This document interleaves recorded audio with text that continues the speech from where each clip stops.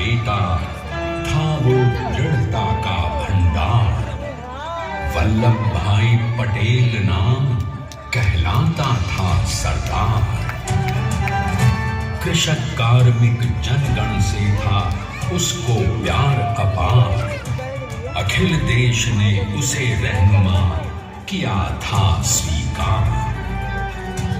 गांधी बापू का शिष्य, सत्य अहिंसा का अवतार, किंतु एक भारत करने को धर लेता हथियार। लौह पुरुष संबोधन था वो लोहे की दीवार। तेज पुंज तुम, शक्तिपीठ तुम, बल का सागर अपरंपार। ऋणी देश का नम्र मन तुम स्वीकारो सम्मान।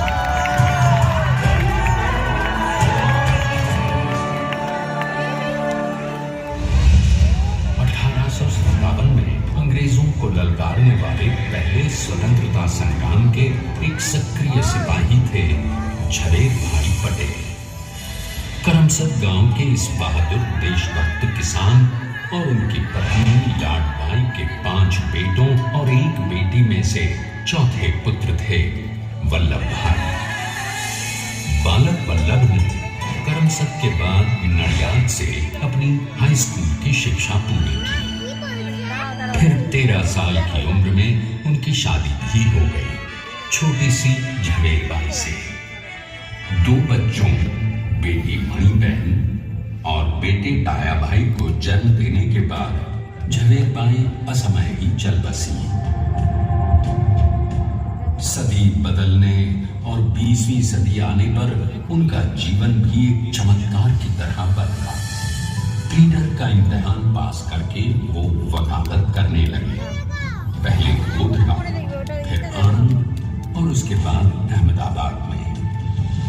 मगर जल्द ही वकालत छोड़कर वो बैरिस्टर बनने की इच्छा से इंग्लैंड चले गए। लंदन में बैरिस्ट्री में अव्वल आने और वजीफा जीतने वाले वो अनोखे भारतीय थे। अब तो अहमदाबाद की वरिष्ठ अदालत में बैरिस्टर पटेल की जिरह और जीतों की धूम मच गई।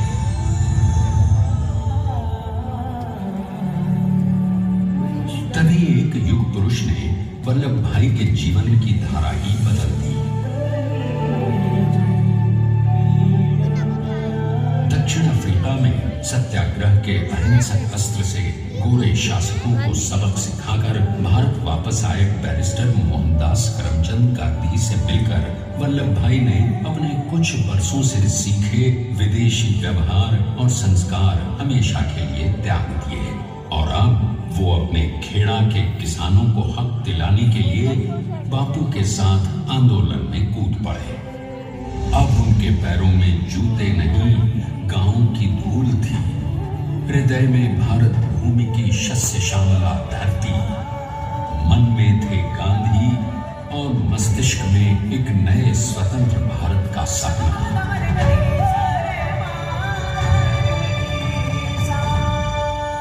तभी बारडोली के मजबूर मजलूम किसानों की यातना का समाचार उनके पास पहुंचा। तुरंत वल्लभ भाई वहां पहुंचे और यूं शुरू हुआ भारत का सबसे बड़ा और सफल किसान आंदोलन बारडोली। वल्लभ भाई ने बारडोली के 87,000 किसानों को ऐसा अटल अडिग अचल मनोबल दिया कि अंग्रेजी सरकार हिल गई और 1 बरस के बाद उनका लगान माफ कर दिया गया। अब तो पूरे देश में लोग वल्लभ भाई के नाम की कस्में खाने लगे।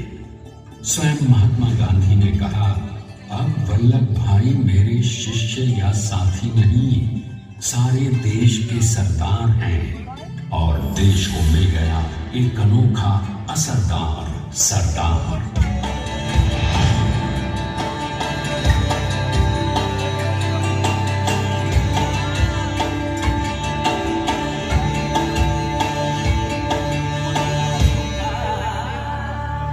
सरदार पटेल के नाम और देशभक्ति से अंग्रेज डर कर कांपने लगे। 1930 के नमक सत्याग्रह और दांडी कूच में वो बापू बापू से भी पहले गिरफ्तार किए गए। तो सन 1932 में फिर उन्हें बापू के साथ ही जेल में 2 सालों के लिए डाल दिया गया। मगर आजादी के दीवानों को, स्वतंत्रता के परवानों को कौन गिरफ्तार कर पाया है? जेल से छूटते ही सरदार को कांग्रेस के नए राष्ट्राध्यक्ष पद पर चुना गया और उनकी सरपरस्ती में राष्ट्रवादी भारतीयों ने तमाम ब्रिटिश सूबों में जीत हासिल कर वहां अपनी स्थानिक सरकारें बनाई। किंतु सरदार का सपना केवल सरकार बनाना नहीं था। उनका स्वप्न तो था एक ऐसे नए भारत का जहां हर रंग, हर रूप, हर जात, मजहब, तबके का हिंदुस्तानी एक साथ मिलकर एक ऐसा नया भारत बना सके जहां पूर्ण स्वराज के साथ सारे समाज को गरीबी, अशिक्षा, छुआछूत से भी आजादी मिल जाए। इसकी पहली रणनीति थी भारत को अंग्रेजों की गुलामी से आजादी, ताकि भारत के लोगों की अपनी सरकार सबके साथ और सबके विकास के लिए काम कर सके। बापू की अगुवाई में अब देश ने अंग्रेजों को अंतिम चेतावनी दे दी, करेंगे या मरेंगे, क्विट इंडिया, अंग्रेजों, भारत छोड़ो। बस फिर क्या था, संघर्ष की रणभेरी बजी। 3 सालों के लिए सरदार पटेल को भी सत्याग्रही नेताओं के साथ जेल में ठूंस दिया गया।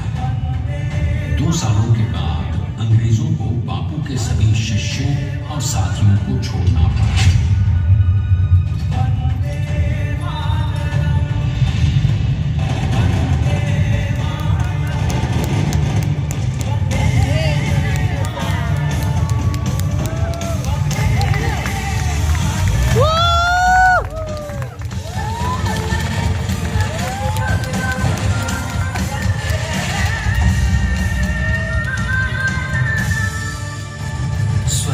के स्वप्न के सच होने के साथ अब सरदार पर कई एक नई जिम्मेदारियां थी। आने वाली आजादी की तैयारी और एक नए भारत के लिए नए लोकतांत्रिक संविधान की संरचना। जैसा उनके साथी ने खुद कहा था, सरदार ने ही 6वीं हथौड़ी लेकर एक नए भारत को उकेरा है।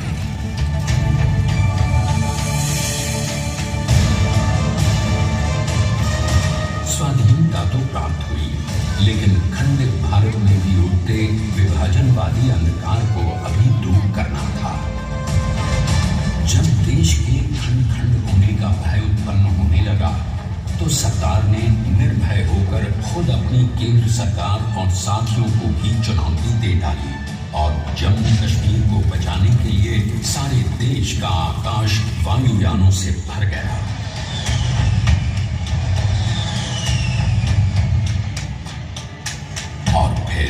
हैदराबाद और जूनागढ़ के भारत में विलयीकरण को पाकिस्तान से चुनौती मिली। सरदार चाहते थे कि देश की 1 इंच धरती अब और विभाजित नहीं होनी चाहिए। नए भारत को एक करने के लिए समझा बुझाकर, मना कर 565 रियासतों को सरदार ने अपनी सूझबूझ, सदाशयता, संबल से एक नए स्वतंत्र भारत का अभिन्न अंग बना दिया। हमारे इतिहास में अखंड भारत के पुरुषार्थ का ये एक महानतम अध्याय है। जैसा उन्होंने स्वयं कहा था, हमें नए धागों को पुराने ताने बाने में ऐसे पिरोना है कि एक दूसरे में गुंथ जाए और बेहतरीन बनावट वाला एक नया भारत उभर कर सामने आ सके। अंततः अपने वज्र दृढ़ संकल्प से एक नया विराट विशाल एक भारत श्रेष्ठ भारत बनाकर दिखा ही दिया सरदार ने। संसार के सबसे बड़े प्रजातंत्र के शिल्पी को प्रणाम करने के लिए देश ने बनाया है ये समर्थ स्मारक। स्वाधीन भारत को समर्थ भारत में बदलने वाले सरदार पटेल को समर्पित प्रेरणा तीर्थ भी है। प्रधानमंत्री श्री नरेंद्र मोदी के नेतृत्व में बनी विश्व की इस विशालतम